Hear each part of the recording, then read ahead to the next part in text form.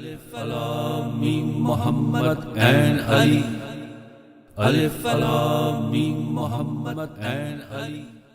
Bismillahirrahmanirrahim. حضرت لوط علیہ السلام حضرت ابراہیم علیہ السلام کے بھتیجے تھے۔ حضرت لوط علیہ السلام حضرت ابراہیم علیہ السلام کے ساتھ عراق سے شام کی طرف ہجرت کر آئے۔ اللہ تعالیٰ نے حضرت لوط علیہ السلام کو نبوت دی، یہ ملک سدوم اور اس کے ارد گرد بستیوں کی طرف نبی بنا کر بھیجے گئے۔ حضرت لوط علیہ السلام جس قوم کی طرف نبی بنا کر بھیجے گئے تھے وہ بہت ہی گمراہ اور بے دین ہونے کے ساتھ ساتھ بہت بے شرم واقع ہوئی تھی۔ پوری قوم گندی اور ناپاک تھی۔ ان کی بیویاں بجائے عورتوں کے خوبصورت نوجوان لڑکے ہوتے تھے۔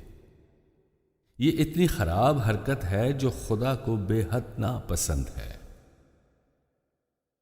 حضرت لوط علیہ السلام نے اپنی قوم کو بہت سمجھایا اور طرح طرح سے غیرت دلائی، ڈرایا دھمکایا، مگر کوئی اثر نہ ہوا۔ حضرت لوط علیہ السلام نے کہا، اے قوم، کتنی بری حرکت تم کرتے ہو۔ تم ایسی بے حیائی کا کام کرتے ہو کہ تم سے پہلے کسی نے نہیں کیا۔ اے قوم، غور تو کرو، سوچو تو صحیح، کتنا برا کام ہے، کتنے شرم کی بات ہے، کتنی بری حرکت ہے۔ اے قوم، بڑی حیرت کی بات ہے کہ خوبصورت خوبصورت بیویاں گھر میں بیٹھی جھک مار رہی ہوتی ہیں اور تم باہر کی ہوا کھاتے پھرتے ہو۔ تم کو شرم نہیں آتی؟ خدا سے نہیں ڈرتے؟ تم بڑی جسارت کا کام کرتے ہو اور تم لوگ حد سے بڑھ گئے ہو۔ اے قوم، خدا سے ڈرو، میرا کہا مان لو، میں تمہارا رسول ہوں، تمہارا خیر خواہ اور امانت دار ہوں۔ میرا کہا مان لو گے، میری اطاعت کرو گے تو تمہارا ہی بھلا ہوگا۔ اے قوم، اللہ کے غضب سے ڈرو، اس بڑے دن کے عذاب سے ڈرو جس کے آنے میں کوئی شک نہیں۔ اگر میری اطاعت کرو گے، میرا کہا مان لو گے تو تمہارا ہی فائدہ ہے، میرا کوئی فائدہ نہیں۔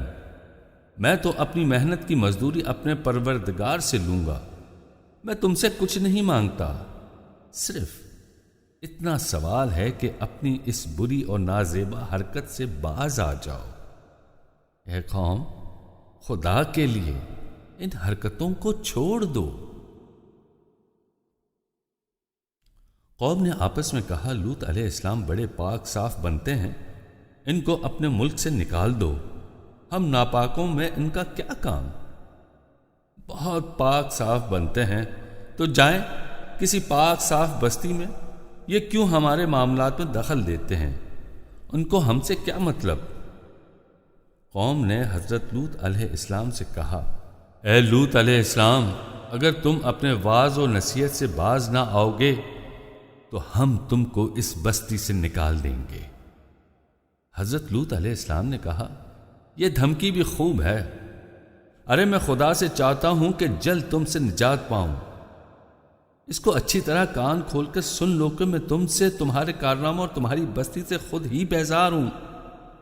تم مجھ کو نکالنے کی کیوں دھمکی دیتے ہو؟ حضرت لوط علیہ السلام نے اپنی قوم کو سمجھانے میں کوئی دقیقہ اٹھا نہیں رکھا، نرمی سے بھی سمجھایا، سختی بھی کی، ڈرایا دھمکایا، مگر کوئی اثر نہ ہوا۔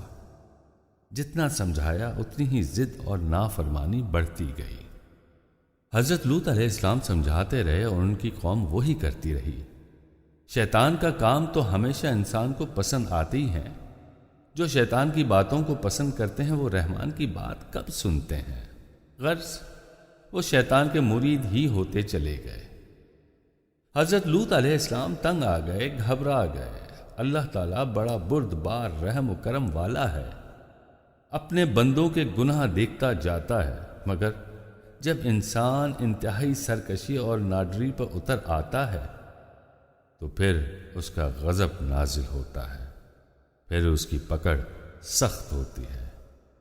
خدا تعالیٰ اپنے غضب اور اپنی پکڑ سے سب کو محفوظ رکھے۔ حضرت لوط علیہ السلام کی قوم پر بھی مہربانی فرمائی، ان کو اس طرح تباہ اور برباد نہیں کیا، بلکہ ان کو سمجھانے اور سیدھا راستہ دکھانے کے لیے حضرت لوط علیہ السلام کو بھیجا۔ انہوں نے جہاں تک ہو سکا قوم کو سمجھایا، راہ راست پر لانے کی تدبیر کی، ڈرایا دھمکایا، مگر قوم کب ماننے والی تھی، اس کے ماتھے پر جوں بھی نہ رہیں گی۔ اب اللہ تعالیٰ کو غصہ آیا۔ اللہ تعالیٰ کا غصہ معمولی بات نہیں۔ اللہ تعالیٰ نے اس قوم کو ہلاک اور برباد کرنے کا فیصلہ کر لیا۔